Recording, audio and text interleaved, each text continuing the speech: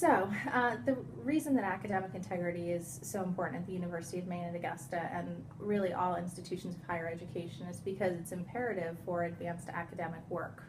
Students need to produce work that is their own, and we need to hold them accountable for having done a sufficient job in doing that. And when they're not citing people appropriately, we really need to make sure that they have an educational process where they learn the appropriate way to cite.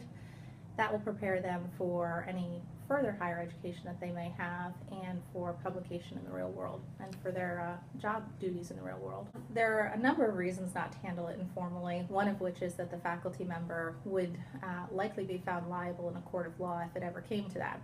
And we might think in our heads that it'll never come to that, but we actually know within our own system that it has come to that on occasion.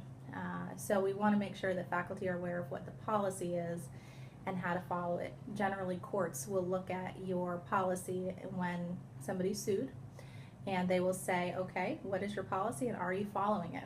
The university has a policy. We want to make sure that faculty are following it so that they're as protected as they possibly can be.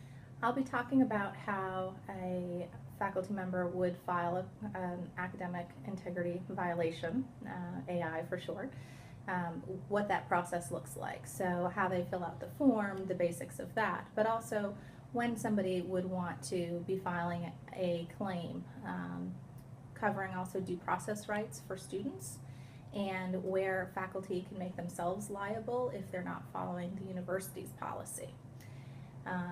I really just would like to try and get more information out to faculty about how simple the process is and how it's really not meant as a punitive action, but instead is meant as an educational opportunity for the students.